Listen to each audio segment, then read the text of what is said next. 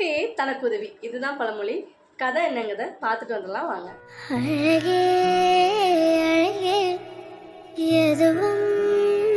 அழகான கிராமம். அந்த கிராமத்தில் சரவணன் அப்படிங்கிற ஒரு வாலிபர் வாழ்ந்து வர்றாரு. அவர்கிட்ட நிறைய நல்ல குணங்கள் இருக்குது. எல்லாருக்கும் உதவுற குணங்கள் இருக்குது. யார் என்ன கேட்டாலும் அதை செய்து கொடுக்குற குணங்கள் இருக்குது. அவங்களுக்கு நல்ல ஒரு வாழ்க்கையை கடவுள் கொடுத்துருக்கிறாரு. ரொம்பவே சந்தோஷமாக போய்கிட்டு இருந்தது. ஆனால் இவர்கிட்ட ஒரு பெரிய குறை என்ன அப்படின்னா, அவர் வேலையை அவர் எப்போவுமே பார்த்துக்கிடவே மாட்டார். தன்னுடைய வேலையை தானே பார்த்துக்கணுங்கிறதுக்கு அவரால் முடியாது. ஏன்னா அவர் அடுத்தவங்களையே சார்ந்ததாக இருப்பார். தன்னுடைய நண்பர்கள் யாராவது இந்த வேலையை செஞ்சு கொடுத்துருவாங்க. தன்னுடைய தோட்டக்காரர்கள், தன்னுடைய வயலில் வேலை பார்க்குறவங்க அப்படின்னுட்டு யாரையாவது ஒருத்தங்களை சார்ந்ததாக இருப்பார். அவங்க அப்பா தான் இந்த சரவணனுடைய வேலை எல்லாமே பார்த்து கொடுத்துட்டு இருந்தார். நாட்கள் இப்படியே போய்கிட்டே இருக்குது. ஒரு நாள் சரவணனோட அப்பாவுக்கு உடல்நிலை சரியில்லாமல் ஆகுது. அப்போ சரவணன் தான் எல்லா வேலையும் பார்க்கணுங்கிற ஒரு கட்டாயத்துக்குள்ளே வந்துட்டார். அப்போது சரவணனுக்கு அது ரொம்பவே கஷ்டமாக இருந்தது. ஒரு வாரம் ரொம்பவே கஷ்டமாக இருந்தது. எந்த வேலையுமே பார்க்குறதுக்கு அவரால் முடியல. அவரே சந்தைக்கு போகணும், அவரே தோட்டத்துக்கு நீர் பாய்ச்சணும், அவரே சமையல் செய்யணும். எல்லா வேலையுமே இந்த சரவணனையே சார்ந்திருந்தது. அவரே ஒவ்வொருத்தரையாக கூப்பிட ஆரம்பித்தார்.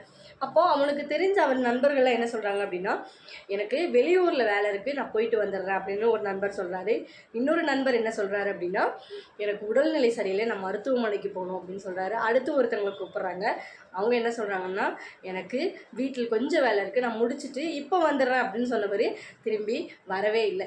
இப்படி போனோடனே சரவணனுக்கு என்ன பண்ணுனே தெரில. அவருடைய வேலையை அவரே பார்க்கணுங்கிற ஒரு நிலைமைக்கு ஆளாகிட்டார். கொஞ்சம் கொஞ்சமாக வேலை பார்க்குறாரு. சந்தைக்கு போகிறாரு, தோட்டத்துக்கு நீர் பாய்ச்சுறாரு, வீட்டில் உள்ள சமையல் வேலைகள்லாம் செய்கிறாரு, தன்னுடைய அப்பாவையும் கவனிக்கிறாரு. இப்படி கவனித்த உடனே 2-3 நாள் அவருக்கு இது கண்டினியூவாக அந்த வேலையை பண்ணும்போது அவருக்கு கொஞ்சம் கஷ்டமாக இருந்தது. அதுக்கப்புறம் அது பழக ஆரம்பிச்சிருச்சு. இப்படி போக போக ஒரு நாள் அவங்க சரவணா, அப்பாவுக்கு இப்போ உடல்நிலை கொஞ்சம் பரவாயில்ல, அப்பாவும் உன்னோட சேர்ந்து சில வேலைகளை பார்க்குறேன் அப்படின்னு சொல்கிறார். அப்போ சரவணன் சொல்கிறான், இல்லை அப்பா, உங்களுக்கு வயதாகிவிட்டது, நீங்கள் இனிமேல் ஓய்வு எடுத்துக்கோங்க, நானே எல்லா வேலையும் பார்க்குறேன், எனக்கு எல்லா வேலையுமே பழகிட்டு அப்படின்னு சொல்கிறார். அவங்க அப்பா அப்போ சொல்கிறாரு, நம்ம எந்த வேலையாக இருந்தாலும் நம்மளே பார்த்தா அந்த வேலை ரொம்ப கடினமாக தெரியாது.